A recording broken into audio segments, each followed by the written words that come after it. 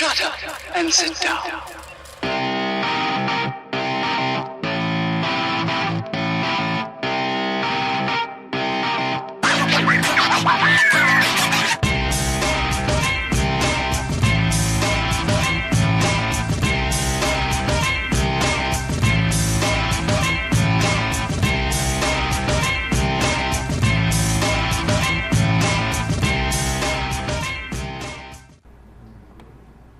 Oh. Est-ce que quelqu'un pourrait me couper la clim? On l'entend dans le... Merci beaucoup. Alors, 3, 2, 1. OK, donc mettre en place l'accès à distance pour Windows Server 2008 R2. Il y a plusieurs façons de le faire. Donc, on va commencer avec la façon, j'oserais dire, simple ou celle avec laquelle vous êtes peut-être le plus familier si vous avez fait du bureau à distance entre deux Windows précédemment. Donc, le contexte, les objectifs de la séance, en fait, c'est d'apprendre les outils de téléintervention natifs à Windows 2008 R2. Apprendre à installer et configurer RSAT, donc le Remote Server Administration Tool, et comment mettre en place, à travers de l'expérimentation, l'équivalent de laptop de technicien type, en fait.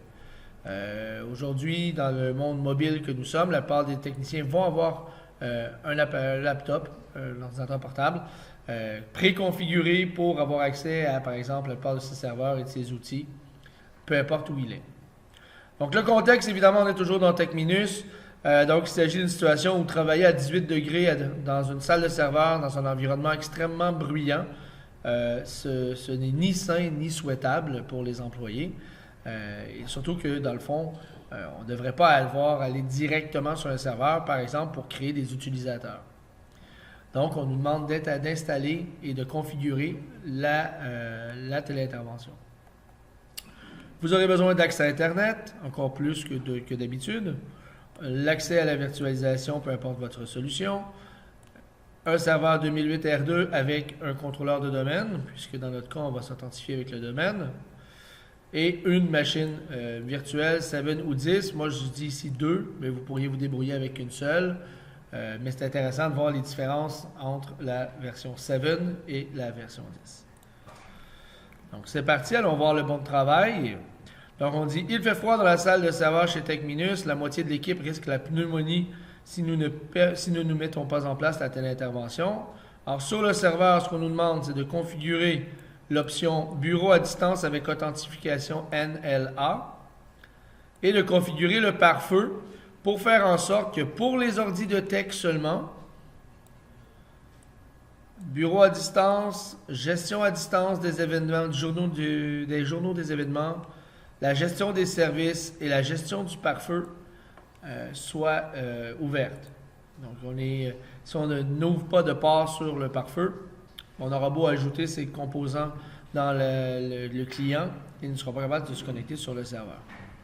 Donc, on va commencer par ça. Donc, je vais aller lancer mon serveur.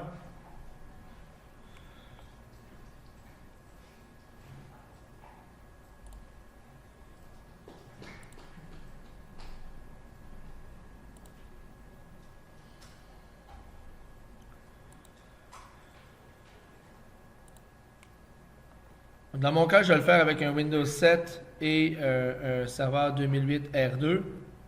Ce n'est pas une si grosse différence avec 10. Il y a quelques petites particularités dont je vous laisserai le plaisir de découvrir.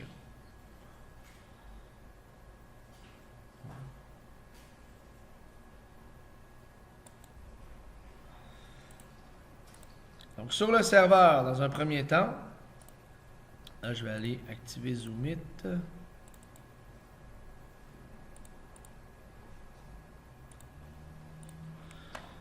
Donc, sur le serveur, il ne s'agit pas d'un rôle, mais bien d'une simple configuration à faire. Donc, si je m'en vais dans le gestionnaire du serveur, et que dans le gestionnaire du serveur, je clique sur le serveur lui-même qui est tout en haut, je vais regarder dans le panneau de droite, et là, il est ici, configurer le bureau à distance.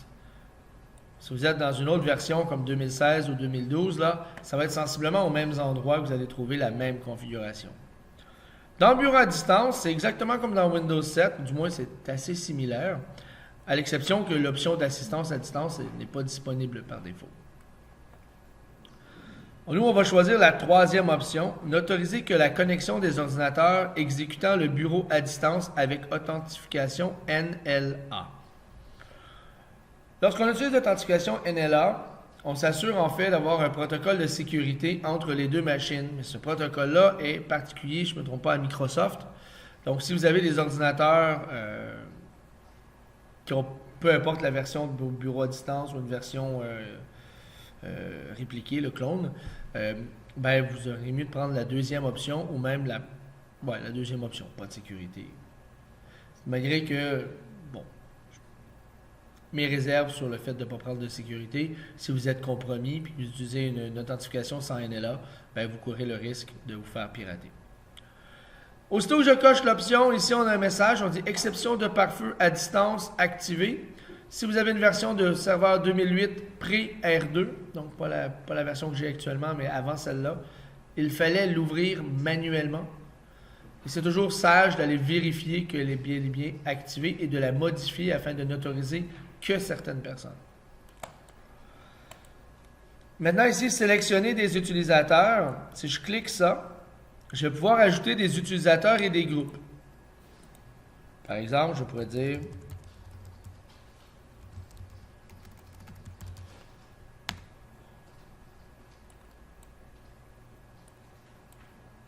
les administrateurs de l'entreprise, par exemple, comme groupe, là, peu importe.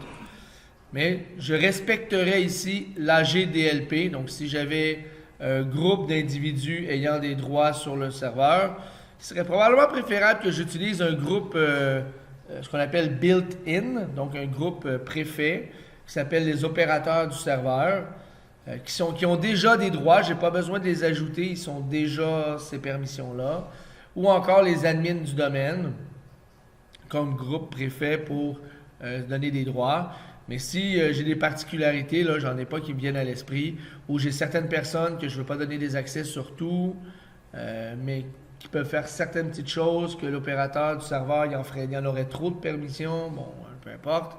Là, à ce moment-là, je créais un DL, par exemple, DL, bureau à distance, underscore, le nom du serveur, puis la permission. Par exemple, je mettrais le global à l'intérieur. Dans le cas, nous, on va juste cocher l'option. Puisque nos techniciens sont tous admins du domaine, je n'ai rien à ajouter, je fais OK. Là, je vais devoir aller voir le pare-feu. Si je descends un petit peu plus bas dans mon serveur, dans les informations de sécurité, j'ai ici accéder au pare-feu Windows.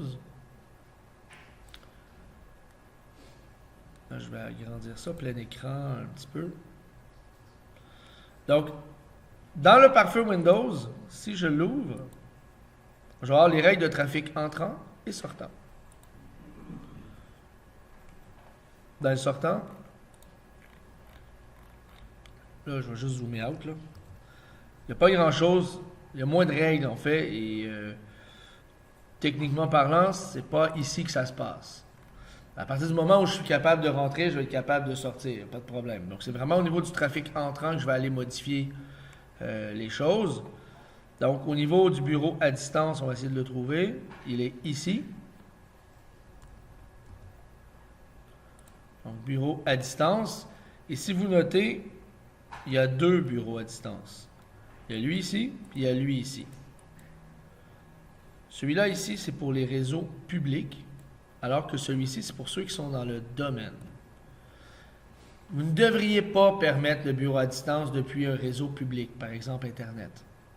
OK? Vous ne devriez pas normalement permettre ça. Si ce que vous voulez, c'est accéder à votre serveur depuis la maison, par exemple, vous auriez tôt fait d'utiliser un VPN pour vous connecter sur votre réseau d'entreprise. Dans ce cas-là, vous seriez comme si vous étiez sur le domaine. Et ensuite de vous faire bureau à distance. Ce serait probablement plus simple.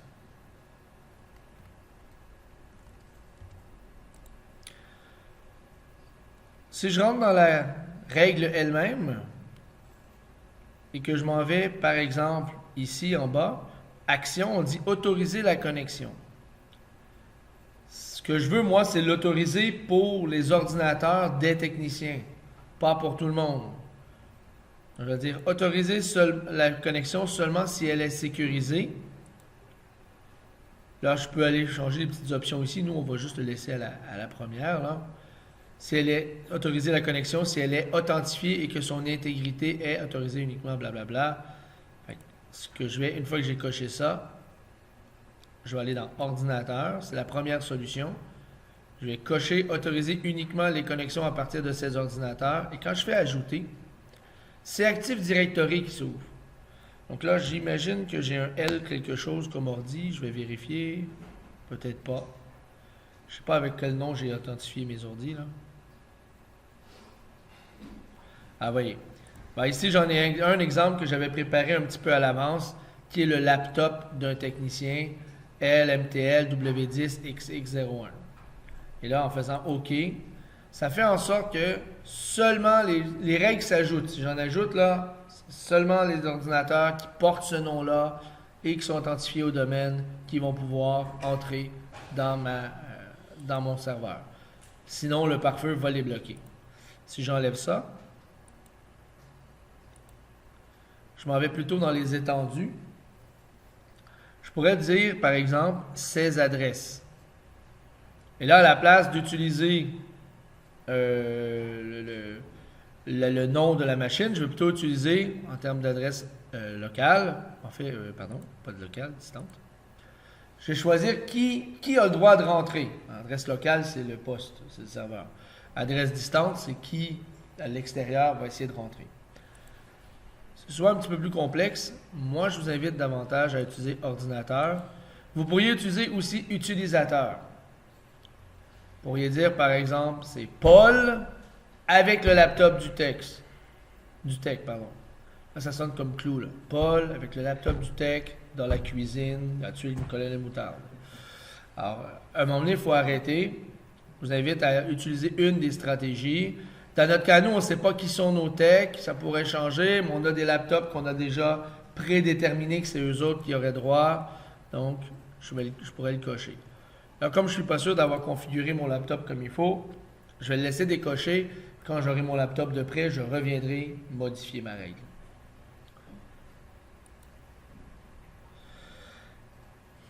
Et vous voyez qu'ici, le petit logo a changé. Il est devenu un petit cadenas parce que on a, si je rechange à autoriser la connexion de façon pure, là, ça va redevenir un petit crochet vert. Voilà. OK. Ensuite, les autres choses qu'on me demandait d'activer. On me demandait d'avoir accès à d'autres options. C'était la gestion à distance du pare-feu. Elle est ici. On coche celle RPC, pas RPC EP Map. OK. Donc, je vais activer la règle. On me demande d'avoir aussi la gestion des services à distance. Je vais aller ici et je vais activer la règle. Et on me demande de gérer les journaux d'événements. Journaux d'événements, ici. J'active la règle. OK. J'ai une autre option qui est ici. Celle-là, c'est peut-être un petit enrichissement qu'on pourrait explorer. Il s'agit de la gestion à distance de Windows, qui est une règle unique et qui te permet ensuite de gérer tout ce que je viens de cocher. Et plus encore. Ça tire avantage de la nouvelle stratégie de Windows qui utilise un protocole appelé WinRM, pour Windows Remote Management. Il s'agit en fait du protocole à distance utilisé et développé principalement par PowerShell. Donc, si vous voulez faire du remoting de PowerShell, vous n'aurez pas le choix d'activer ça ici. À partir de Windows 10, vous pouvez aussi utiliser le gestionnaire du serveur. Pas pour un serveur 2008, c'est limité. Avec un serveur 2012, 2016, on aurait avantage à utiliser ça qui vient remplacer un peu le fonctionnement de nos consoles MMC. Quand on fera du 2012 et 2016, on reviendra sur cette notion avancée. Donc pour l'instant, j'ai coché toutes les options qui m'intéressaient. Je suis prêt à aller vérifier si ça fonctionne avec mon laptop de tech. Première des choses, je vais aller configurer mon laptop technicien, qui était mon Windows 7 ici.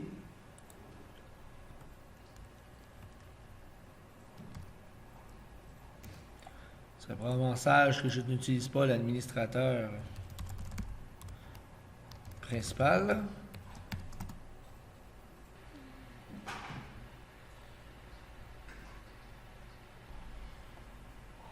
Donc la première étape, c'est d'aller chercher RSAT, sachant que c'est un petit peu long. On va aller le faire tout de suite en commençant. Vous allez juste aller sur Google.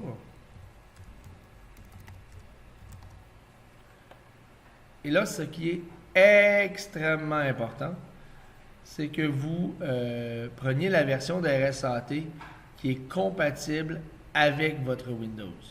Il existe une version de RSAT pour toutes les versions clientes de Windows. Donc moi ici, j'ai un Windows 7. On va aller vérifier quand même. Je vais faire ici CMD et je vais taper WinVer pour avoir la version. Donc en fait, c'est version 6.1. Alors ce que je vais faire, aller ici et je vais taper RSAT Windows 6.1. Passer par-dessus les petites publicités. Là, download outils serveur à distance Windows 7.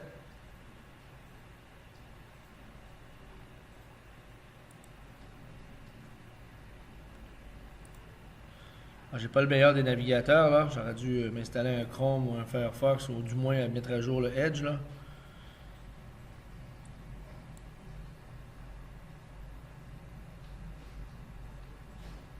Il ne répond pas, c'est pas bon signe.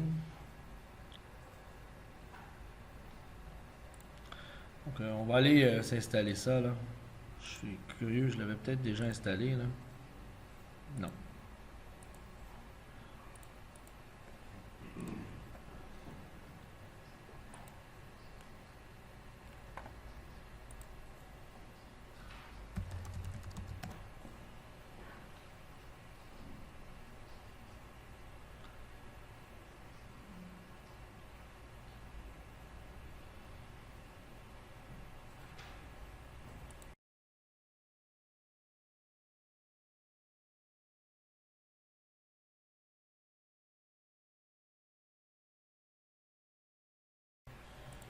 OK. Donc. Parfait. Donc, le navigateur descend a été installé. Donc, je vais refaire la recherche. RSAT pour Windows 6.1. Donc, je tape la version elle-même. Évidemment, ça n'existe pas 6.1. Il va me référer à 7. Mais en tapant la version, vous êtes sûr. Dans la page de Microsoft, ici, je vais choisir la langue. Il a choisi par défaut français. Je vais cliquer sur télécharger. Et ici, je vais avoir plusieurs options, en fait. Donc, si vous remarquez, c'est effectivement 6.1 qui est écrit et non pas 7 sur le module. Hein, ici, là. Et ce qui va être intéressant pour nous, c'est ça. Vous devez aussi prendre la version de l'architecture de votre OS. Donc, dans notre cas à nous, on a des versions 64 bits. Donc, on va aller cocher cette option-là. Et on va la télécharger.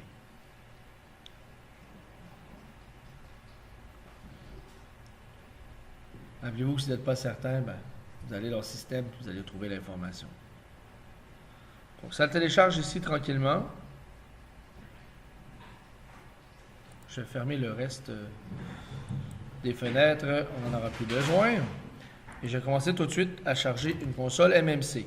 Donc, si je tape simplement MMC dans la zone de recherche, je vais avoir le logiciel MMC ici, que je peux cliquer.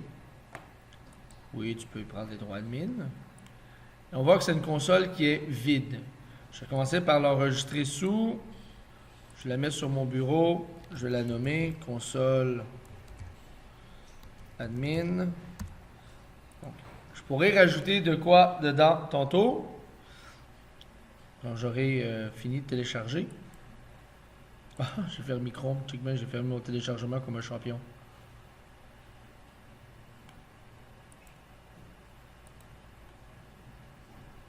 Eh oui.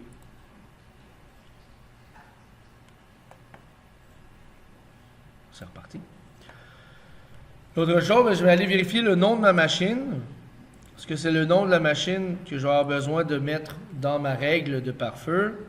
Donc ici, il s'agit de PMTL-W7X. Pour le bien de la vidéo, je ne la renommerai pas. Mais évidemment, idéalement, ça aurait été de la renommer pour m'assurer d'avoir le bon nom par rapport à la commande qui nous a été donnée. Et l'autre chose, on nous a demandé d'avoir une adresse IP bien spécifique. Et pour ce faire, je vais avoir besoin de faire une réservation avec l'adresse IP physique qui est ici. Donc évidemment, dans mon cas, c'est un environnement virtuel et c'est le même avec lequel j'avais fait un exercice précédent. Donc si je m'en vais dans mon serveur, dans ma console de gestion, on fait du DHCP. Dans l'étendue, pool, réservation ici. Ben, il est déjà là, ma réservation, elle existe déjà. C'est celui-là ici.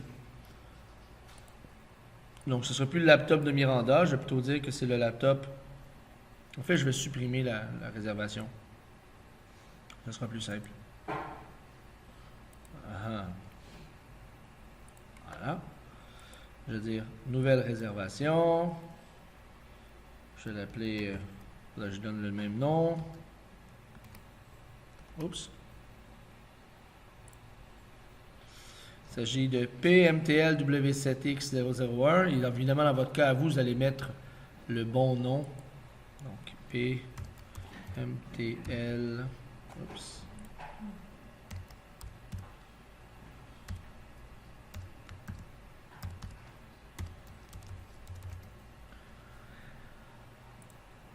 L'adresse IP qu'on me demande de réserver, c'est le 251. Et je dois avoir la MAC qui est ici 000C29 000C29 4E21B1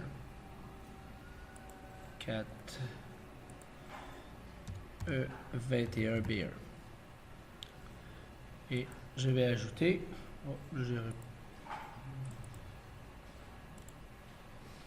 pas mis de description, mais je sais bien de le mettre.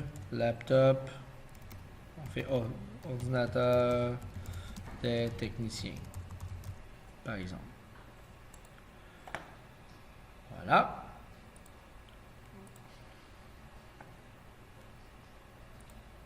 Je vais retourner à mon client. Il doit terminer de télécharger. Ici, pour obtenir la bonne adresse IP, je vais faire un release, mais avant, je vais vérifier que mon téléchargement est terminé, parce que sinon, je vais encore l'interrompre. Oui. Je vais faire un ipconfig release, un ipconfig renew,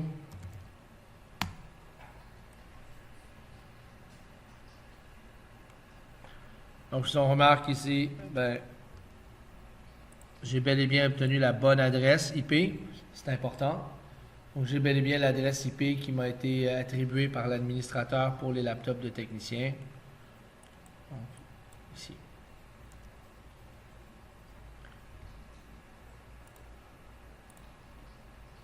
Parfait. On est rendu à l'étape d'installer RSAT. Ici, dans mon téléchargement, je vais le mettre sur mon bureau. Je double-clique. Et on voit ici le programme d'installation de Windows Update en mode autonome. Donc, c'est vraiment un auto-install qui tire avantage du style de packaging de Windows Update, donc des KB quelque chose. Et là, effectivement, il se dit, voulez-vous installer la mise à jour suivante? On va dire oui.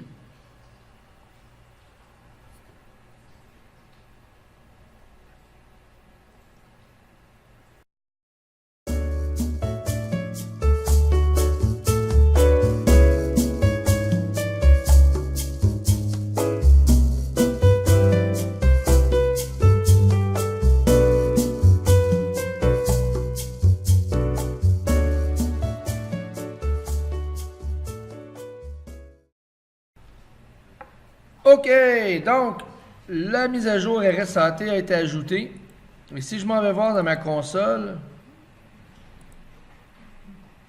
et que je m'en vais dans Fichier, Ajouter des composants en un composant logiciel en fichable, je vais avoir la liste de tous les composants qui me sont disponibles. Et si je m'en vais dans la liste, le meilleur exemple, si vous voulez savoir si RSAT est activé, vous allez voir si utilisateur et administrateur Active Directory est là. Et là, ce qu'on voit, non, c'est utilisateurs et groupes locaux. Donc, tout ce que je vois là, ce ne sont que les fonctions déjà dans Windows 7. Pas les fonctions à distance.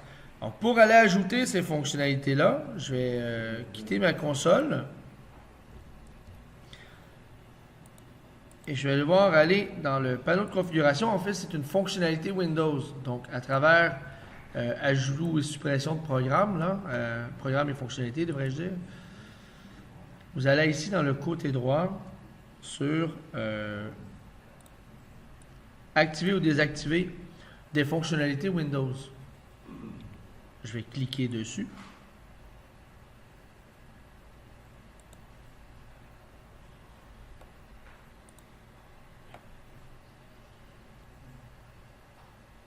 Et maintenant, on a toute la liste des fonctionnalités qui sont installées actuellement sur votre Windows. Nous, ce qui va nous intéresser, en fait, c'est outils d'administration serveur distant, qu'on retrouve juste ici.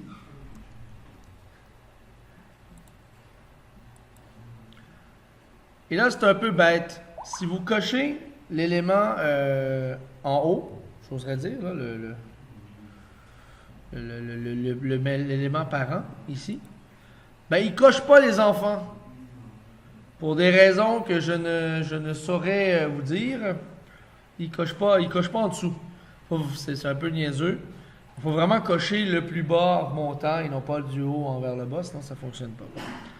Donc, tout d'abord, je vais avoir des outils d'administration de rôle, puisqu'on nous a demandé d'avoir dans nos outils, dans le bon de travail, on voulait DHCP, on voulait le DNS, ADDS, Active Directory Domain Services.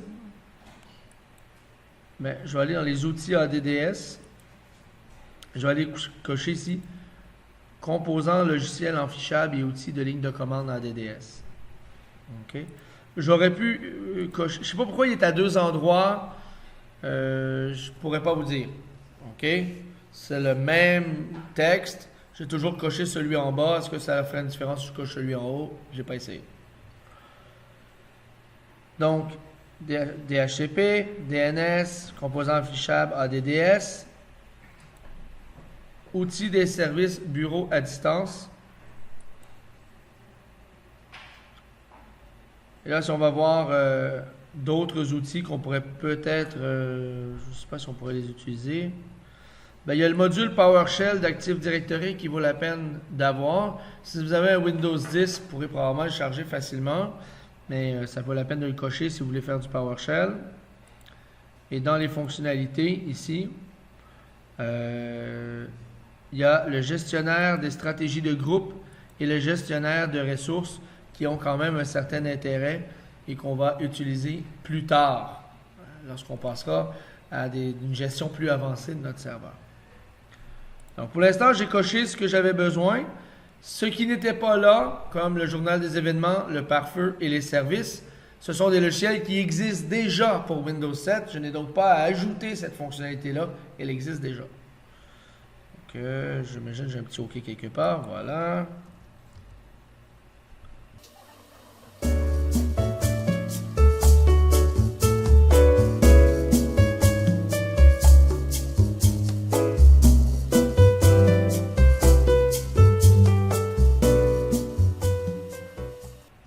Donc voilà. Si je retourne à ma console MMC et que j'essaie de nouveau d'ajouter des logiciels composants en fichable, ici, je vois que dans la liste, j'ai bureau à distance que je n'avais pas tantôt. Et si je descends mon exemple type, ben, utilisateur et ordinateur d'Active Directory aussi. Alors, si je me rappelle bien le bon de travail, On voulait les bureaux à distance. On voulait le DHCP, le DNS. On veut les dossiers partagés, mais ceux du serveur. Donc, si je fais ça, vous voyez qu'une nouvelle fenêtre s'ouvre pour me dire les dossiers partagés, vous voulez lesquels? Si je le laisse par défaut, c'est les dossiers partagés du Windows 7, du client. C'est pas ce que je veux. Je vais choisir un autre ordinateur.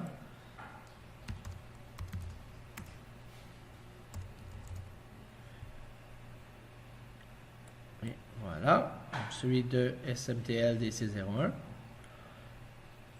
Ensuite de ça, je continue de descendre. Peut-être que je peux tasser ça un petit peu comme ça. L'observateur d'événements. C'est la même chose. Je ne veux pas les événements de cet ordinateur-là, je veux ceux du serveur. Donc, je vais faire ça. Je pourrais faire parcourir, tout en passant, et simplement taper dans Active Directory. Il va le trouver tout seul, là. OK. C'est une autre manière de faire, là, les deux marchent. Pare-feu, même chose. Recel du serveur, SMTL-DC01. Hop, j'ai accroché une touche, non, c'est bon. Service, même chose. L'avantage de faire parcourir, c'est que tu ne te trompes pas. Tu ne peux pas te tromper, il ne trouvera rien si tu t'es trompé. Voilà. Et finalement, utilisateur et ordinateur d'Active Directory. Maintenant, selon ce que je fais, c'est possible que la plupart du temps, quand je travaille, ce que je fais surtout, c'est créer des utilisateurs. J'aurais peut-être envie que ce composant-là, il soit en haut dans ma console. J'ai qu'à faire monter ici, jusqu'à ce qu'il soit tout en haut, mettons en dessous de mon bureau à distance. Et je le laisse comme ça. On serait tenté de penser que tout est beau, tout est fini, job done. Pas tout à fait. Bureau à distance, présentement, j'en ai aucun. Hein, si je clique la petite flèche, j'ai aucun bureau à distance de configurer. Je vais faire bouton droit, je vais dire ajouter une nouvelle connexion. Et là, je vais pouvoir dire, tu te connectes à SMTL-DC01. Le nom de la connexion, si je clique, il prend le même nom, c'est parfait. Je vais me connecter avec quel utilisateur? Si je coche rien, il va me le demander. Je vais dire Plamondon M. Et je vais dire m'autoriser à enregistrer les informations d'identification. C'est la petite case en bas, là, mémorisée. Bon, je vais la laisser. Je vais dire OK. Là, si vous remarquez, ici, j'ai une connexion. Et si je clique dessus, on me demande mon mot de passe. Ce que je vais faire, je m'exécute.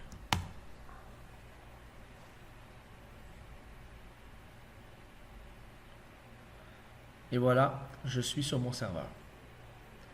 Et si on regarde, je suis sur mon serveur à l'intérieur d'une console MMC. OK? Donc, c'est la version comme miniaturisée. Et si je clique ici, je peux aller sur le gestionnaire, là, il est ici. Je vois les rôles. Je peux ajouter des rôles. Il faut lui laisser le temps un petit peu d'arriver, là. Il va afficher, là, pas long. Ajouter des rôles.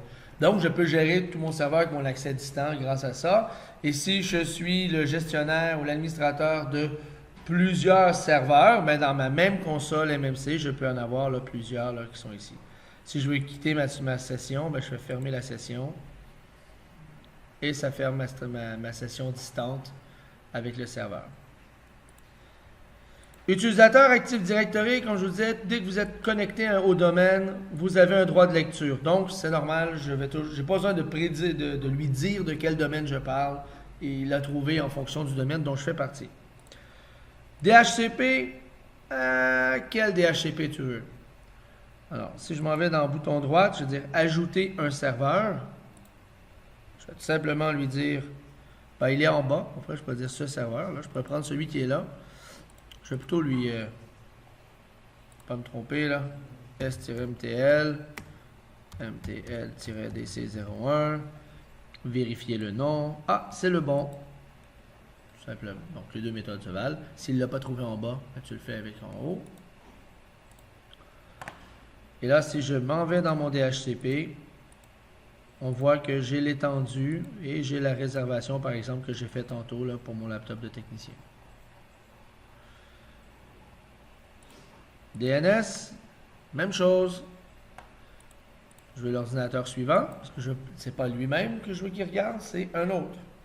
Donc SMTL-DC01, oups, DC01. Et si je m'en vais à l'intérieur, on voit mon domaine, on voit mes enregistrements A et mes alias là, que j'ai créés précédemment. Dossier partagé, non partage, on voit le partage administratif qui est là par défaut. Dans l'observateur d'événements, si je m'en vais voir les journaux Windows, si vous n'avez pas accès aux journaux d'événements, vous allez quand même voir ce que vous avez là. Mais ici, le nombre ne sera peut-être pas, il va être à 0, je ne me trompe pas. Et surtout, vous ne serez pas capable, en cliquant sur un des journaux, vous ne serez pas capable de voir la liste ici. Donc, si vous n'avez pas fait la chose comme il faut, vous avez oublié le pare-feu, par exemple, vous n'avez pas coché la bonne option, puis vous n'avez pas autorisé, ben ici, ça va être vide. Si votre utilisateur avec lequel vous êtes connecté, rappelez-vous, moi je suis connecté présentement avec Marc Plamondon, qui lui-même est une copie de l'admin. Mais si votre administrateur, si vous n'êtes pas un admin du domaine ou un opérateur du serveur, ben vous ne pourrez pas voir les objets ici. Finalement, le pare-feu, donc on dit, hop, il y a une erreur au niveau de la sécurité. Erreur lors de l'ouverture du composant pare-feu Windows avec fonctionnalité avancée. Je fais un bouton droite. J'ai pas d'option. À distance d'ordinateur, spécifier, vérifier que vous avez tenté. J'imagine, c'est parce que j'ai oublié, là, je vais aller le vérifier après, là. J'ai probablement pas coché la bonne option, tout simplement, dans le pare-feu tantôt. Mais on voit ici, ça, c'est les services du serveur. Donc, je peux carrément activer, désactiver un service du serveur. Donc, ben, je vais aller vérifier, tiens, mon pare-feu, et je vais en profiter. Je vais passer par ma connexion distante ici.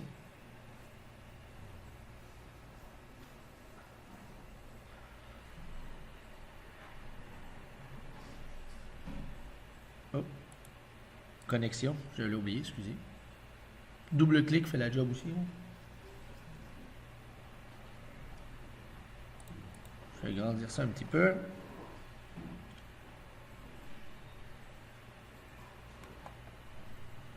Dans mes fonctionnalités. Il n'est pas là, c'est pas la fonctionnalité, pardon. En configuration, pare-feu. Règle entrante. C'est pas facile, là, il n'y a pas grand place. Gestion à distance du pare-feu.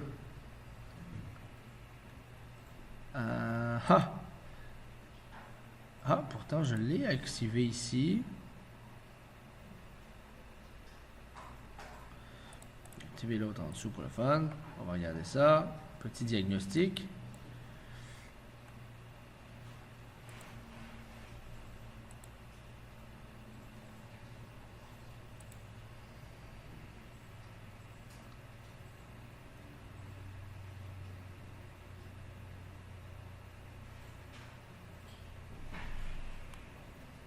Donc, je ne suis pas sûr pourquoi. Alors, ici, on parle de version antérieure de Windows. Je ne pense pas que ce soit ça. Pare-feu est activé sur l'ordinateur distant. Oui. On va aller vérifier les règles. J'ai bien autorisé. J'ai pas encore mis les options ici de restriction. Donc, ça nécessiterait un petit peu un diagnostic. Là, j'ai probablement fait une petite... Non, tout est là. Je vais juste retirer le composant affichable. Supprimer. Et je vais le réajouter. Voir. Autre ordinateur. Parcourir.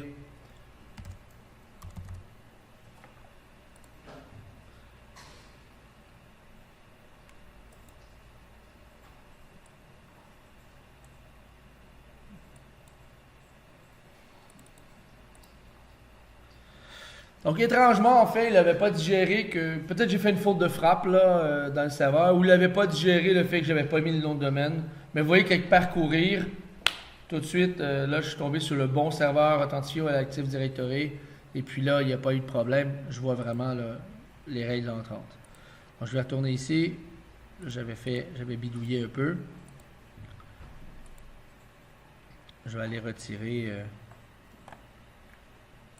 la règle inutile que j'avais ajoutée, celle-là.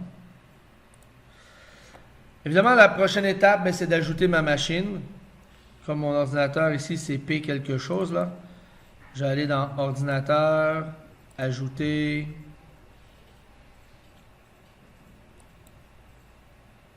Ah oui, excusez. Avant, Action. Il faut que je dise Sécuriser. Ordinateur, j'ajoute. Moi, j'ai dit c'est PMTL quelque chose.